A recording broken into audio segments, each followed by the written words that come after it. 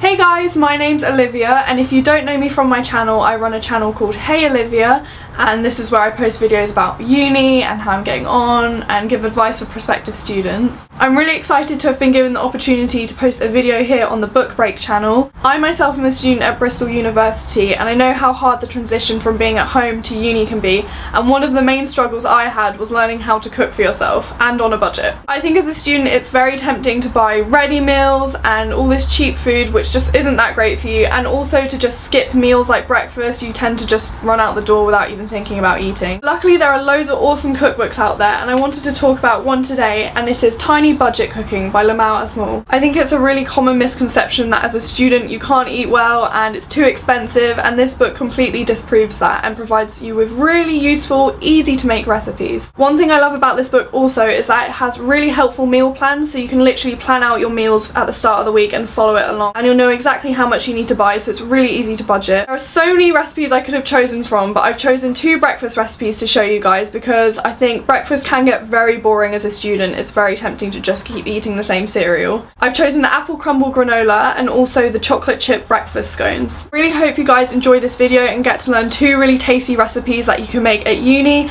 and if you want to check out more, I definitely recommend getting this book. So the first recipe I'm going to be showing you how to make is the breakfast crumble with apple and honey, and I think this is an excellent recipe because you can make the granola part of the recipe the night before and then add really whatever you'd like to add, but I'm just going to show you one of the combinations as shown in the book. So to make the granola you're going to need 150 to 200 grams of dried fruit and nut mixture. You're also going to need 400 grams of porridge oats, 3/4 a teaspoon of salt, 170 milliliters of honey or any chosen syrup of choice. I've chosen to go with golden syrup, 100 grams of sugar, 120 milliliters of vegetable oil and 1 teaspoon of vanilla essence. So the first thing we're going to do is combine all our dry mixture together. So that's the 400 grams of porridge oats and the dried fruit and nuts if you're using them. And you also want to add to this mixture 3/4 of a teaspoon of salt.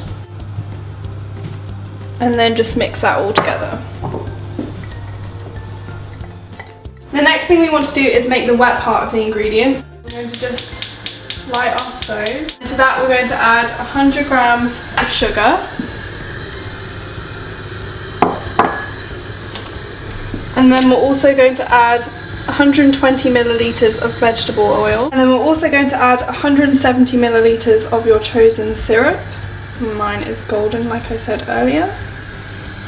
And then what you want to do is just keep mixing it until the mixture starts to foam.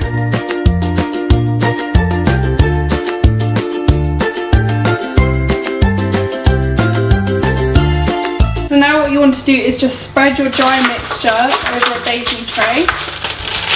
And then you just want to pour your syrup all over.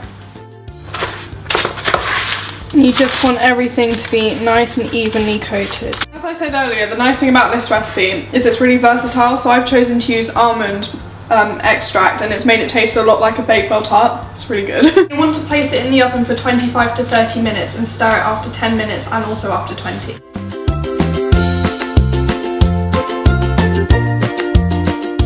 So now we're moving on to the topping of the granola, and what I've done is I've just chopped up an apple. The recipe calls for 3, but obviously if you're just one person, 1 is more than enough. And the nice thing about this recipe, like I said, is you can have any topping because you can prepare the granola months in advance if you wanted to, because it keeps for so long. So you just want to have them all a similar size so that they cook evenly. So now what you want to do is you just want to add the apples to a saucepan. Heating them up is just going to help soften them. And then to that you want to add 3 tablespoons of water. And then you also want to add a tablespoon of syrup.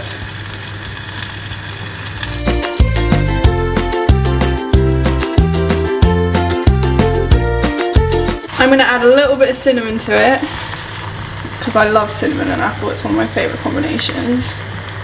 So the granola is ready and it looks so good, and you can tell it's ready because it kind of goes a bit darker brown and the raisins start to swell up, and it smells really good. So this is ready to serve, so I'm going to put some in a bowl. And then I'm going to add to that some of our delicious apple and cinnamon mixture. And the recipe also says that it's really good with a dollop of yogurt, so that is what I'm going to do. Make it a bit more breakfasty.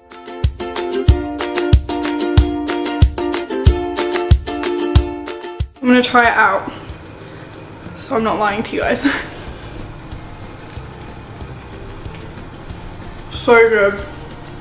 So nice. The next recipe I really wanted to show you guys is the chocolate chunk breakfast scone, and this is perfect if you've got a bit of a sweet tooth like me. Again, this is a really easy recipe you can prepare the night before, because you can make a batch and then freeze it, and you can add whatever you'd like on top of the scones, so they're really, really easy to make. So what you're going to need is 250 grams of self-raising flour, 50 grams of dark chocolate, 50 grams of caster sugar, 50 grams of butter, 100 milliliters of whole milk, and 50 milliliters of whipping cream.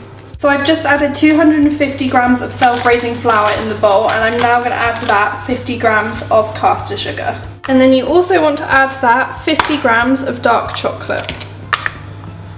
I'm just going to chop them up small so they're easy to incorporate, but you can have them whatever size you want. Or chocolate chips would probably work really well too.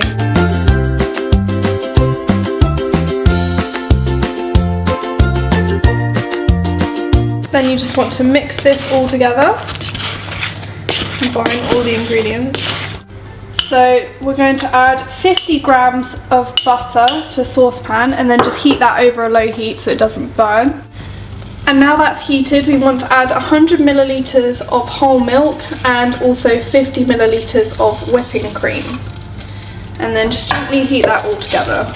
And then what you want to do is just pour over this mixture that you've just melted and add it to your dry ingredients. And then you just want to mix that together, and then eventually it should form a dough which you can knead. So one thing I've noticed is that because I've just added a hot mixture to the flour, the chocolate chips are melting a little bit. So if you want a chocolate swirl scone, do it this way, but if not, wait for it to cool down. And then you want to take your dough out. Just roll it around in the flour a little bit, just so it's easier to manage. And you want to knead that for about a minute.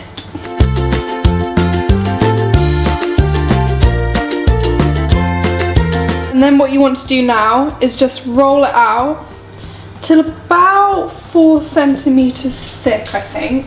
And then what I like to do is I like to just use a glass, because then you can just make sure your scones are all about the same size, but you can do it as you wish. I just usually put a glass in.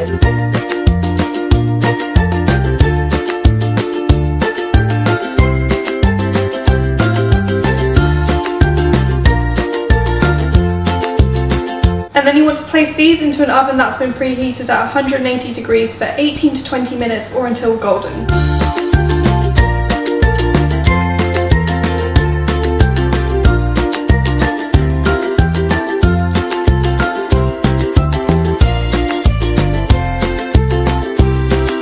So this is the chocolate chip breakfast scone, and as I said, you can make these the night before, and then all you have to do is just add your topping of choice.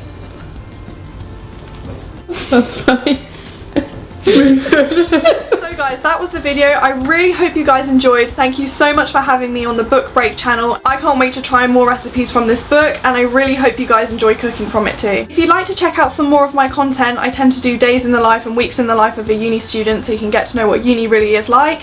Come over to my channel. I hope you guys have a great day, and for all of you that have started at uni, I hope it goes really well. Bye!